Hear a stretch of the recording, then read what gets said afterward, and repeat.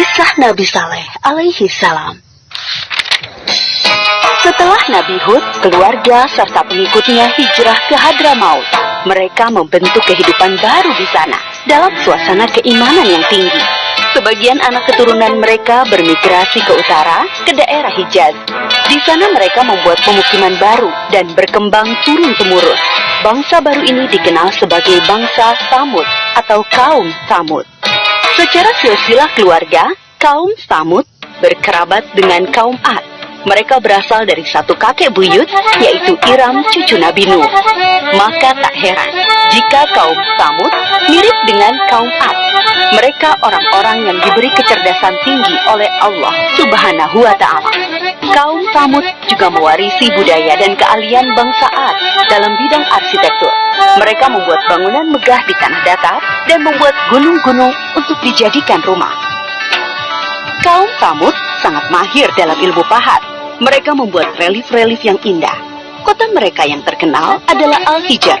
Pengairan, pertanian, dan peternakan mereka berkembang sangat baik, serupa kaum Ad dahulu. Pada mulanya, kaum Tsamud menarik pelajaran berharga dari pengalaman buruk kaum Ad. Karena itu mereka beriman kepada Allah Subhanahu wa Ta'ala. Mereka hidup dalam kedamaian dan ketaatan kepada Allah. Tetapi setelah beratus-ratus tahun berjalan, kejayaan membuat mereka menjauh dari ketakwaan kepada Allah. Mereka, terutama pembesar-pembesarnya, mulai angkuh. Penindasan kepada orang-orang miskin dan lemah di antara mereka. Kebohongan, kecurangan menjadi biasa bagi mereka. Kaum Tsamud juga mulai menyembah berhala dan diteruskan turun-temurun oleh anak cucu mereka. Mereka melupakan ajaran Allah dan menuruti bujukan setan. Allah tidak membiarkan manusia dalam kesesatan tanpa ada petunjuk. Karena itu, Allah memilih Saleh untuk menjadi utusan bagi kaum Tsamud. Saleh berasal dari keluarga terpandang di kalangan kaum Tsamud. Kecerdasan yang menonjol, rendah hati, dan ramah, pandai bergaul, serta sabar. Bakat kepemimpinannya sudah tampak sejak muda. Saleh disukai oleh kaumnya. Mereka berharap Saleh akan menjadi pemimpin mereka. Setelah menerima petunjuk-petunjuk yang jelas dari Allah Subhanahu wa Ta'ala, Nabi Saleh alaihi salam memulai dakwahnya kepada kaumnya. Hai kaumku, sembahlah Allah. Dialah yang menciptakan kamu dan menjadikan kamu mampu memakmurkan bumi. Dan mohon ampunlah kepada Allah Subhanahu wa Ta'ala atas dosa-dosamu. Takutlah kamu kepada azab Allah. Tetapi kaumnya menjawab, Hai Saleh, kami sungguh kecewa kepadamu. Selama ini, kami mengharapkan kau akan jadi pemimpin kami. Sekarang, kau melarang menyembah berhala-berhala. Padahal ini adalah warisan nenek moyang kami. Kami tidak mau mengikutimu. Kebanyakan kaum Tsamud tidak mau percaya kepada dakwah Nabi Saleh, terutama para pembesar-pembesarnya. Hanya sebagian dari mereka yang menyambut seruannya, terutama dari golongan-golongan miskin dan lemah. Para pemuda kaum Tsamud mengejek orang-orang lemah itu, tetapi iman mereka sudah kokoh kepada seruan Nabi Saleh. Melihat hal itu, para pemuda kaum Tsamud menjadi sakit hati dan gusar. Keangkuhan mereka menjadi-jadi. Mereka tidak mau kehilangan pengikut. Mereka ingin Nabi Saleh tidak mempunyai pengikut sama sekali.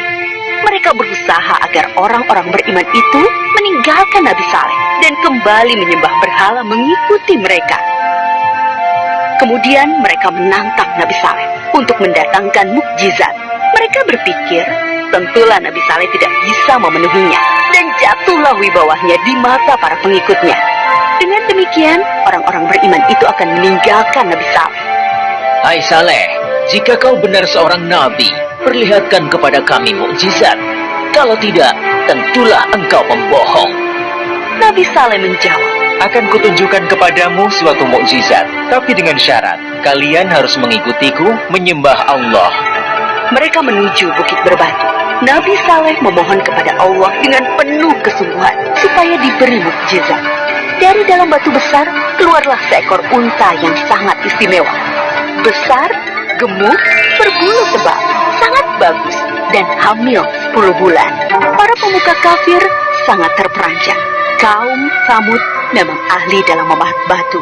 Tapi unta ini sungguh indah dan hidup, bukan patung pahatan dari batu. Nabi Saleh berkata, Inilah unta Allah, jangan kalian mengganggunya, supaya tidak turun azab atas kalian. Dia mempunyai giliran makan dan minum dengan kalian. Sehari biarkan dia minum dari sumber air. Sehari giliran kalian dan ternak kalian. Unta itu bebas berkeliaran di pemukiman kaum Samud. Pada hari di mana unta itu minum dari sumber air mereka, semua ternak menyingkir seolah mempersilahkannya. Air susu unta itu cukup untuk memberi makan banyak orang setiap hari. Siapapun boleh memerahnya, tetapi tidak boleh mengganggunya. Tapi semua ini tidak menjadikan pemuda-pemuda Samud beriman kepada Allah dan Nabi Saleh. Sejak itu, pengaruh Nabi Saleh semakin besar. Bertambah kuat keyakinan orang yang beriman. Para pemuda Samud semakin cemas. Mereka takut wibawa mereka makin turun dan tidak mempunyai pengikut lagi. Maka mereka mengadakan rapat rahasia untuk menghentikan dakwah Nabi Saleh. Mereka sepakat untuk membunuh unta mukjizat itu. Para pemuda Samud menyuruh 9 orang untuk membunuh unta itu. Mereka ini adalah para penjahat yang dikenal berani dan kejam. Bersama-sama mereka membunuh unta.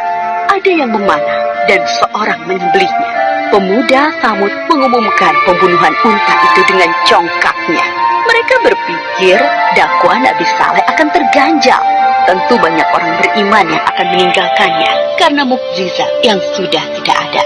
Masyarakat sangat sedih dan ketakutan mendengar kabar itu. Mereka sedih karena tidak bisa lagi minum air susu unta ajaib itu dan takut azab Allah akan benar datang menimpa mereka. Para pemuda Samud mendatangi Nabi Saleh dengan angkuh dan penuh rasa kemenangan. Hai Saleh, kami telah membunuh untamu. Datangkanlah azab yang kau ancamkan kepada kami. Kalau tidak, pasti kau pembohong besar. Kalian diberi waktu 3 hari untuk bersenang-senang di rumah kalian. Setelah itu, azab dari Allah pasti akan datang. Dengan penangguhan waktu 3 hari, diharapkan banyak orang yang menyesali dan bertaubat kepada Allah, serta menjadi orang yang beriman. Tetapi orang-orang kafir itu tetap dalam keangkuhannya. Mereka tidak mau beriman. Mereka malah menunggu-nunggu apa yang akan terjadi setelah 3 hari. Diam-diam, mereka juga gelisah, takut kalau azab itu benar-benar datang. Akhirnya mereka merencanakan membunuh Nabi Saleh agar azab itu tidak jadi datang. Mereka mengutus kembali 9 orang yang telah membunuh unta untuk membunuh Nabi Saleh.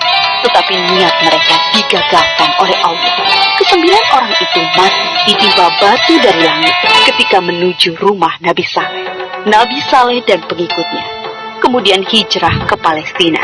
Menjelang hari datangnya azab, Nabi Saleh sangat sedih meninggalkan Al-Hijr, membayangkan azab Allah akan menimpa kaum satu kampung halamannya. Aku telah menyampaikan kepada kalian ajaran Allah, tetapi kalian tidak menyukai kebenaran. Kemudian Nabi Saleh berangkat menuju Palestina bersama sekitar 110 pengikutnya. Setelah 3 hari berlalu, terdengar suara sangat keras menggelegar dari langit. Petir menyambar dan bumi berguncang karena gempa dahsyat. Semua orang kafir itu mati mengenaskan. Bangunan yang mereka banggakan banyak yang ambruk. Binasalah kaum Samud yang durhaka. Sampai saat ini, sisa-sisa pemukiman kaum Samud berupa rumah dan gedung dari batu yang dipahat masih bisa dilihat di Saudi Arabia dan merupakan situs bersejarah dunia. Kaum Samud dibinasakan oleh Allah dengan azab yang singkat tapi dahsyat. Mereka diazab karena tidak mengesahkan Allah dan tidak mau mengikuti utusan Allah, yaitu Nabi Saleh. Mereka memilih mengikuti syaitan. Dan walaupun yang membunuh unta hanya beberapa orang, tetapi orang kafir yang lainnya merestui. Mereka mendiamkan perbuatan jahat di antara mereka. Kisah kaum Samud mengajarkan kepada kita keharusan taat kepada Allah dan Rasul-Nya, serta pentingnya amar ma'ruf nahi mungkar dalam masyarakat, yaitu menyuruh kepada kebaikan dan melarang kemungkaran. Kisah